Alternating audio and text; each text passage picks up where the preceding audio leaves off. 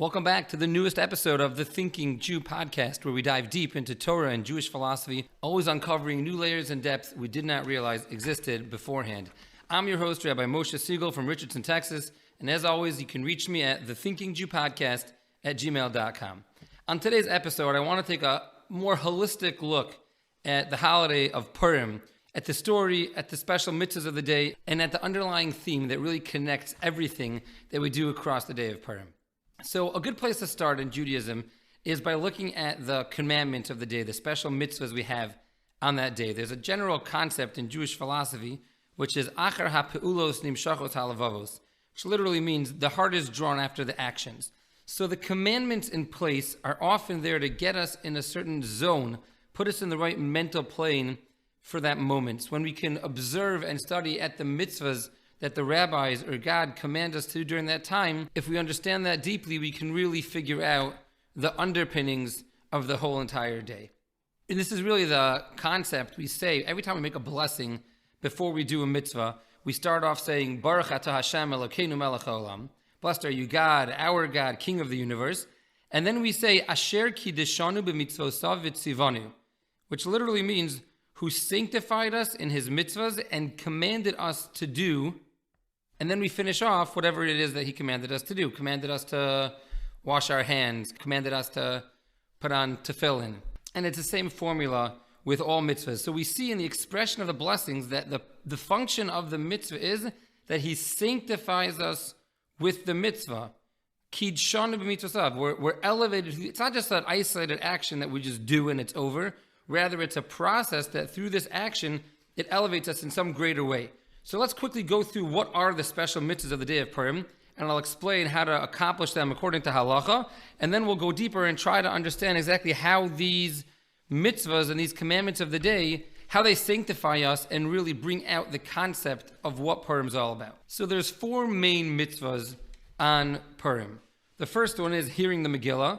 This is the mitzvah for every man and woman. They should hear the Megillah twice, once at night and once during the day. You should hear the Megillah from a person who's reading it from a kosher Megillah scroll, and ideally you really have to hear it live in person. The second mitzvah is Mishloch manos, which is giving gifts of food delivered on Purim day, specifically during the daytime. One must give two different types of food to at least one other person to fulfill this mitzvah. Then there's a mitzvah called Matanos La'evyonim, which is money distributed to the needy, also distributed on Purim day. Here the obligation is to give to at least two poor people. If you know a needy person, you can give it to them directly. If not, what many people do is they give money to the rabbi, and the rabbi distributes it to people in his community and other people that need, that he's more aware of. If you're giving money to the rabbi, you could do that in advance of Purim, and the rabbi will be your agent, and he'll distribute it on Purim day itself. Anybody would like to pass along money to me, I'd be happy to be your agent for that mitzvah and distribute it on Purim day itself. And the last mitzvah of Purim is the mitzvah of the Mishta, or the Purim feast. Everyone should have a special meal on Purim in which you wash, you eat bread, you have some meat, and you should drink some wine. Since this year Purim falls on Friday, we're not supposed to have a large meal too close to Shabbos. So ideally, you should really start the Purim feast before midday in whatever your location is. In Dallas, that will be starting your meal before 12:40 p.m. So those are the four primary mitzvahs of the day. Again, hearing the Megillah, giving gifts of food to a friend, providing money to poor people, and having a Purim feast. In addition, there's a lot of other customs that we do. We dress up, we bang when we say the name of Haman during the Megillah, we get drunk, we fast on the fast of Esther, Machzis HaShekel. There's a lot of other customs as well. So what is the common theme? What's the underlying pattern that connects all of these different mitzvahs that we can learn from and focus on the day of Purim? So I'd like to analyze a few verses in the Megillah, in the story of Esther, and I think we'll find a deeper underlying issue that was really destroying the Jews in ancient Persia, and we'll discover how the heroes of the Purim story understood this and how they went ahead and fixed it. So the story of Purim begins in Shushan, which was the capital of Persia then, with the king of Achashverosh throwing a party. And at this party, he gets upset at his wife who disobeys him, and he executes his wife. Fast forward a little bit, he chooses Esther as the next queen. Esther doesn't tell anybody that she's Jewish. Haman is one of the high officers who rises to power in Achashverosh's court, and he devises this final solution to kill all of the Jews in Achashverosh's kingdom And now let's listen carefully to the words he uses. He's coming to Achashverosh now to convince him to destroy all the Jews. And here's the words he uses to convince Achashverosh. We're in chapter 3 of the Megillah, verse 8. And Haman says to the king Achashverosh, "There's one nation, mefuzar umeforad bein ha'amim, which is scattered and dispersed amongst the other people in all of the provinces of your kingdom. And their laws are different from everyone else, and they don't obey the king's laws. And it's not worth it for you, O great king, to keep them around." Everyone in marketing knows you got to captivate your audience in the first minute. What's Haman's opening line to Achashverosh? How does he convince him? What is the message he's giving? He says, "Yeshno am echad mefuzar umefarer ben ha'amim." There's a nation that's scattered and dispersed amongst the nations. And the commentaries explain this on deeper levels as well. They say that when the verse says they were scattered and dispersed, it's not just referring to the physical location of where the Jews are located, but rather it was referring to the internal state of the Jewish nation. The Jews were not a unified nation. There was internal strife. They were dispersed and scattered within the relationships from each other. The special relationship and protection that the Jewish nation receives from Hashem comes from this power of unity. And Haman understood that the Jewish people were in conflict. They were in strife. They weren't united together.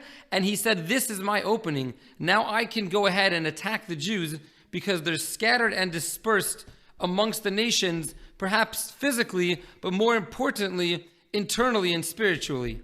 And unfortunately, we find many times throughout history that it takes tragedy and difficulty to wake us up from focusing on our differences and kind of forcing us to recognize all that we share in common and what's really important in life. The Purim story was really the first example of this. Haman makes this plan to destroy the entire Jewish nation. Man, woman, adult, and child. He didn't care which side of the debate you were on and what your personal opinions or affiliations were. He wanted to kill everyone just because they're Jewish. And the Megillah continues the story right after this in the beginning of chapter 4. And it says that Mordechai understood all that happened, and he put on clothes of mourning, sackcloth, and ashes. And the Talmud teaches us that when it says Mordechai understood all that happened, it doesn't mean that he read the news and he heard about Haman's decree. It means that Mordechai understood the depth of what was really happening here. He understood the underlying issue, the source that was angering God that allowed Haman to craft this plan. And he therefore reaches out to Esther to work together to save the Jews. What's the plan that they devise? If you look on in chapter 4, verse 16, after Mordechai convinces Esther to go into Achashverosh and beg for the Jews to stay alive, Esther responds to Mordechai as follows: "Go gather all of the Jews that are found in the city of Shushan and fast for me. Do not eat or drink for 3 days.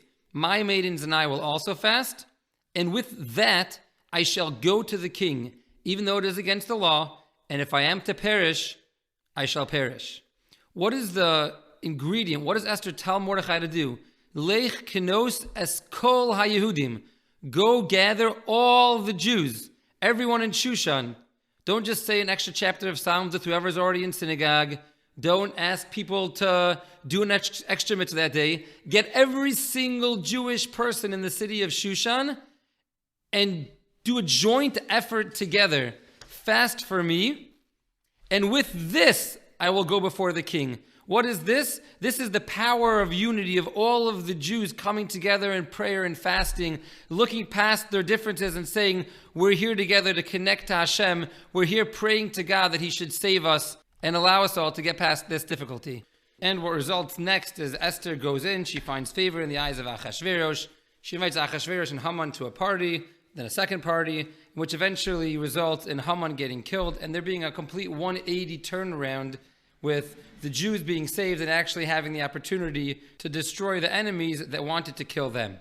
And the Gra, Rabbi Eliyahu Kramer, points out something amazing here. We've discussed in previous episodes the greatness of the Mount Sinai experience in which the Jews and God entered into a covenant with each other. And the rabbis point out that what allowed the Jews to enter into this covenant was the complete unity of the Jewish nation. And when the Jews got to Mount Sinai, the verse describes it as, and he encamped at the foot of the mountain. Rather than saying they encamped, the verse says he encamped. And the rabbis understood from here that the Jewish nation were at that foot of the mountain like one man with one heart, completely united in their mission and commitment towards God. And it's this merit that allowed them to connect so deeply to God and to earn his protection. And the Gra points out that we find this exact same concept in the Megillah of Esther as well. If you look how the Megillah describes the Jews as they're fighting the war and at the end of the war, chapter 9 in a few places, take for example first verse 16, it describes the Jews on that fateful 13th of Adar when they gathered together to fight their enemies, and it also says it in the singular, Ve'amod al nafsham, ve'noach me'oivehem, ve'harog besonehem, chamisha v'shivim elef. He fought for his life. He rested from his enemy. He killed his haters, also using the singular, and says that the Gra, that this is what was accomplished from the Purim story, was it united the Jews where they came together and they all joined forces as one united nation, like one man with one heart, just like they stood at the foot of Mount Sinai, completely united in their commitment towards each other and towards God. That same reality repeated itself at that moment of the Purim story for a second time in history. So I think we see clearly here that one of the messages of Purim, and really what the whole Megillah and the whole story is all about, is it's really all about Jewish unity. We were suffering from lack of unity, and the remedy of that was to gather the masses together and to increase Jewish unity. I think if we go back and look at the different customs and the mitzvahs of the day of Purim, this is really the common denominator that ties it all together. Let's start with Mishloch Mano, sending food to our friends. Sharing food and gifts with others is a great way to increase the feeling of brotherhood and unity in your community. The rabbis point out that it's really extra special to not just give Mishloach Manos to your closest friends that you're super connected to and close to anyways, but actually use this as an opportunity to maybe give it to someone you had a little falling out with or you're not as close to as you used to be, and to try to really bring out that concept of Jewish unity. Next mitzvah, Matanos Levyonim, giving money to the poor. How could your person sit down and enjoy a delicious festive meal knowing that your brother's hungry without food? So as a display of unity and brotherhood, we recognize this and we say, no, we need to make sure that our whole community is taken care of. Reading the Megillah, we read the Megillah and remind ourselves how Haman wanted to kill us all. Why? Just because we're Jewish. And we need to band together and we need to unite, and through that power of unity, that's how we overcome evil in the world. And then a festive meal. What better way is it to celebrate unity than inviting over your friends, having a delicious meal, making l'chaims, making toasts, and sharing the happy times together? And then I think one of the greatest expressions of this is that we dress up. And I think the whole concept really of wearing a costume is basically displaying that what we look like on the outside isn't really important. Inside, we're all one family and we have to love each other and take care of each other, irrelevant of what we look like on the outside. I think this is a really powerful message for us to take with us into Purim. This year's Purim is probably going to be very different for many people than years past. We're not going to be in as big of crowds as we normally are.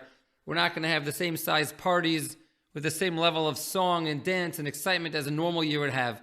But if we sit back and we focus on and we remember the real goal of Purim, that internal process of acceptance and love of all other Jews, we can create within ourselves one of the most powerful and meaningful Purim experiences that we've ever had. And through this process, may we merit that this unity brings forth our deep connection to Hashem again, and He remembers us and brings the true redemption with the coming of Mashiach speedily in our days. I hope you enjoyed this episode of the Thinking Jew podcast. As always, you can reach out to me with any questions or comments, future topic requests at thethinkingjewpodcast@gmail.com. Wishing everybody an amazing day and a super happy Purim.